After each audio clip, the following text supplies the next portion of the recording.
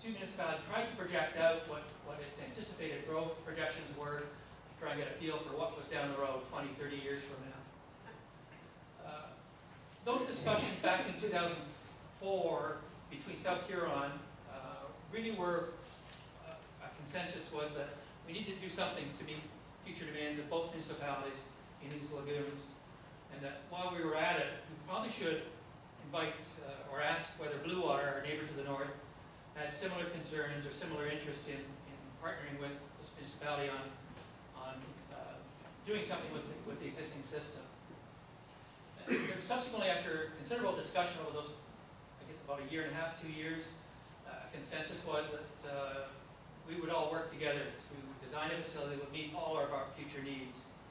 And each municipality set out to determine what those needs might be, as well as we wanted to make sure that if we were going to build something that would meet future demand, that it would be designed in a way that could meet future effluent quality requirements as well. And try to read the tea leaves, as it were, what was coming out of the Department of Oceans and Fisheries, or the MOE.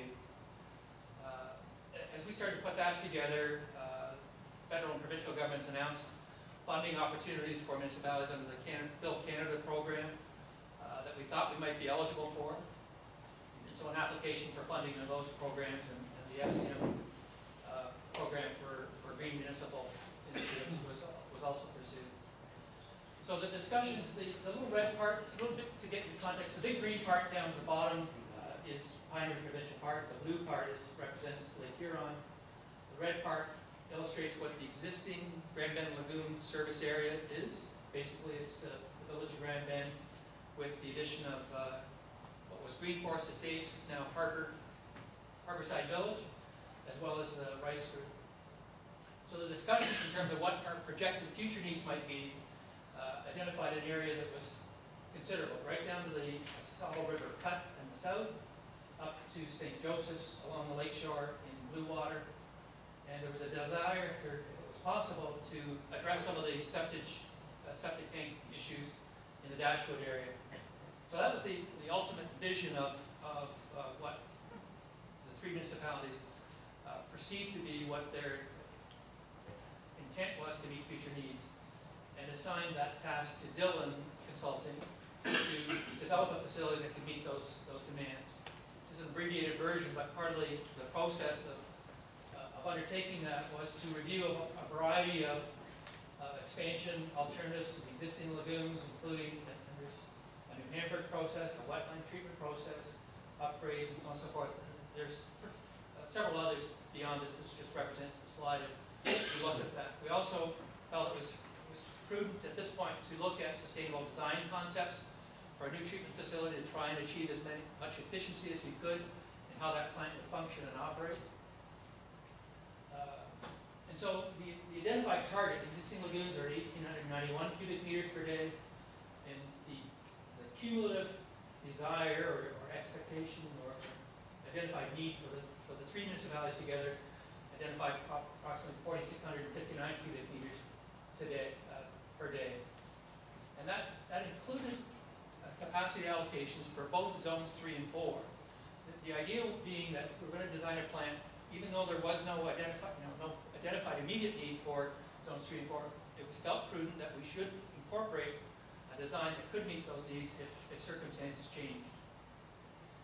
Again, the existing lagoons are operating under a C of A that does not specify effluent quality at this point in time. We still have to report when we discharge from the lagoons what the content is and so on and so forth. And the new plant design standards are something that we have to work with the MOE in determining what those are.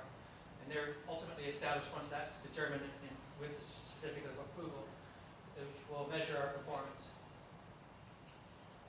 As you've all heard, the full estimated cost for the plant has evolved over time since 2004, from an initial concept plan to these ever-changing variations in terms of trying to respond to anticipated need, efficiencies, and sustainability, and so on and so forth, to where we are most currently, which is a rough estimate of $26.7 million for the facility. We did receive funding approval from the Build Canada Fund for $14.9 million. This is the three municipalities together, as well as another $1 million grant from the Green Municipal Fund, along with a $10 million low-interest loan from the Green Municipal Fund to help fund and finance the sustainable components of that facility, to produce a net treatment facility cost of $10.8 million roughly. And so we've been kind of working for and trying to refine what those needs are. At the same time, all three municipalities initiated environmental assessments for the proposed catchment areas, Zone 3 and Zone 4 in Lambton Shores. I don't share the sequence for Blue Water and South Huron, but for their components, I think it's Zone 1, Zone 2, to try and determine what that ultimate need was. And then, in sober second thought, and reviewing the impacts of growth and the rate of growth, it seemed to be prudent that we look at this is a breakdown of Lambton's share of that $10 million cost. Lambton Shores' share of that initial, that $26 million full plant works out to about $5.2 million. And again, these are estimates, plus the Pinery share of that facility, which is 1.4 for a net cost of $3.7 million.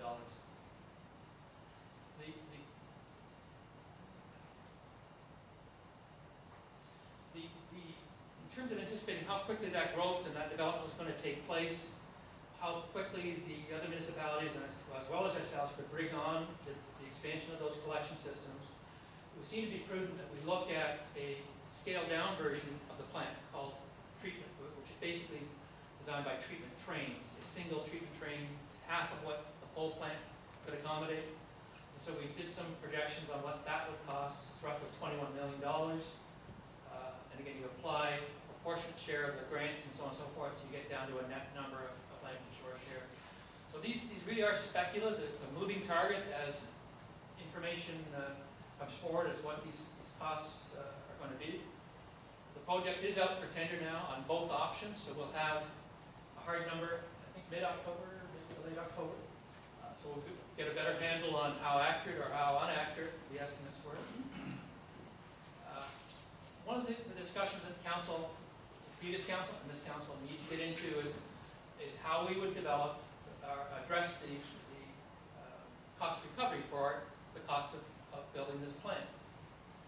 We currently have factored in the plant expansion into the development charges that we assess for new development, as well as in our current sewage rates. We anticipate that there's this projection, this project is anticipated in a certain time frame, and we started ramping up those rates to try and anticipate those costs. One of the areas we did not discuss was the issue about whether there would be a per lot charge contribution towards capital or not, whether it was merited. And again, a lot of that has to do with how quickly this facility would be brought on, how quickly the collection systems would be brought on. So that's the discussion that the council really has put on hold until we define really what it is we are going to do. So the status at this point is we've reached an agreement with our partners, South Huron and Blue Water, on the expansion of the existing facilities. And that was just near I think it was in August of 2009. We engaged Dylan to develop that strategy. I'm repeating some of the stuff, so this is old information already conveyed. Grant and launch loan that we're hanging on to. There are time frames that are clicking away, in which we have to take advantage of those things. So we do have a sense of the operating costs of the new facility.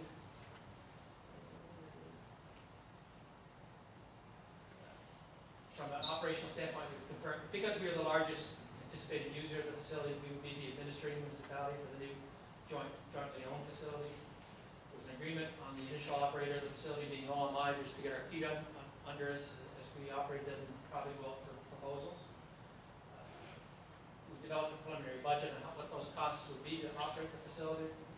In the meantime, from when our initially started, the province initiated the PSAB approach to funding and financing capital undertaking. So we factored in what the cost of factoring in the replacement of that full facility. Developing rules of procedure for the board, making applications where possible for the expansion of collection systems as programs are